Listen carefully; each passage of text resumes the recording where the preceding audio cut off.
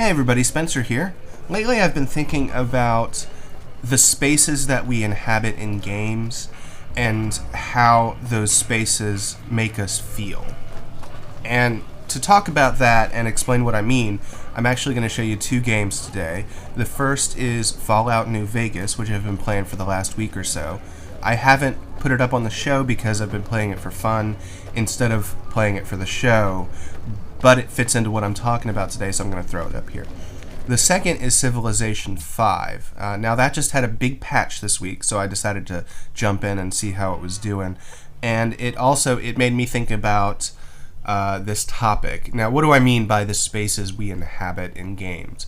Well, I think that's something that's sort of unique to people that play games a lot.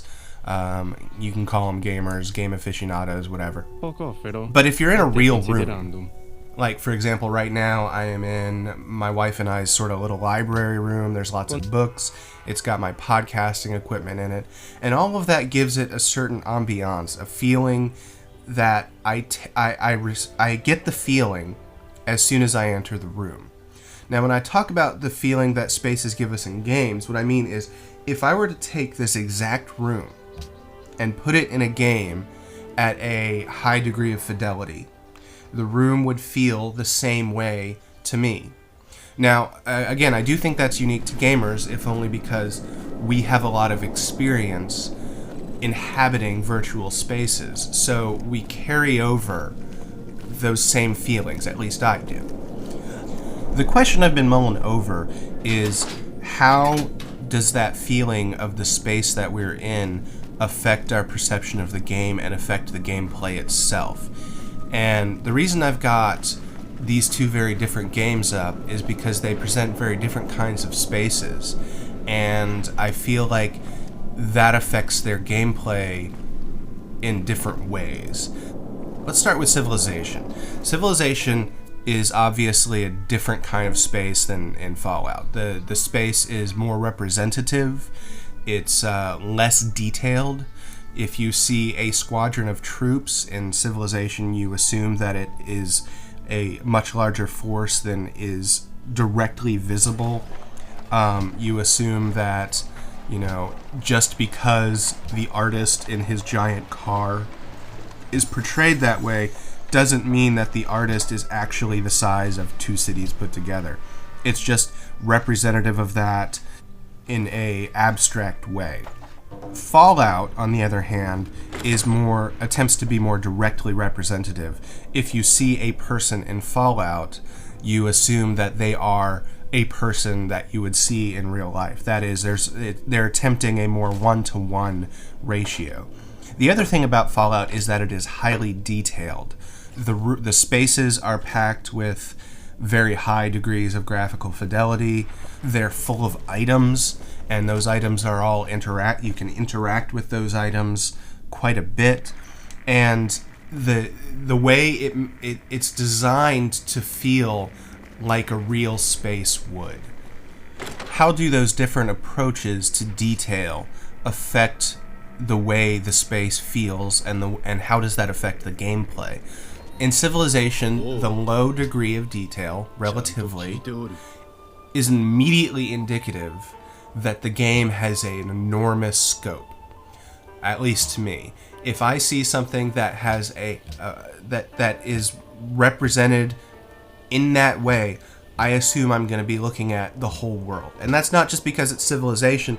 Any game that I see that has little tiny cities with great big people in them, I immediately think, either it's a giant monster game or it's a huge tactical strategy, overarching world-based kind of game.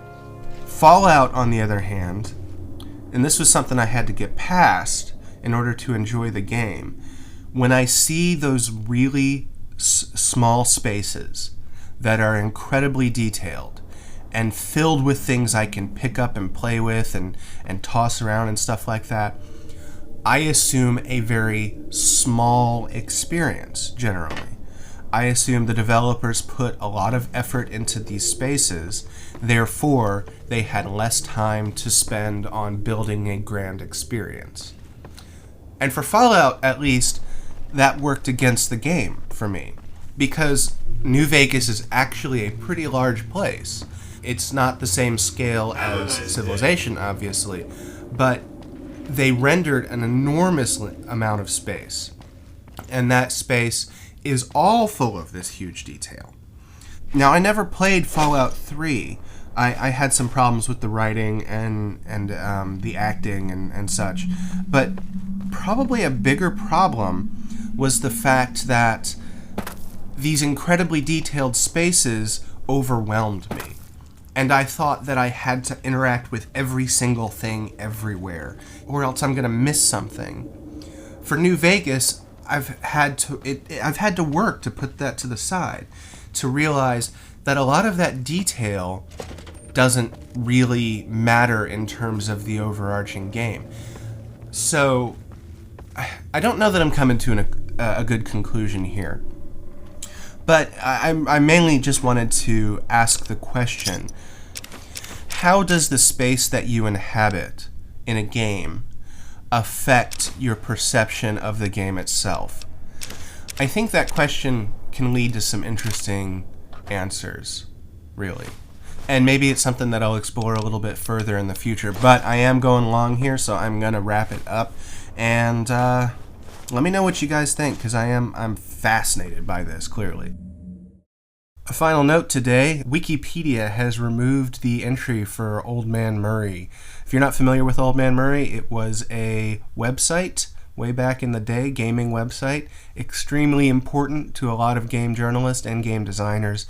And according to Wikipedia, it's not notable enough. I was all set to get on here and be all outraged and stuff. Old Man Murray influenced me a lot way back. And I was going to be all mad, but it's just Wikipedia. Who cares? Anyway, I thought instead I'd point you guys towards the Old Man Murray website. It's still up. You can go back and read all kinds of great stuff there. I highly recommend you do that. Later.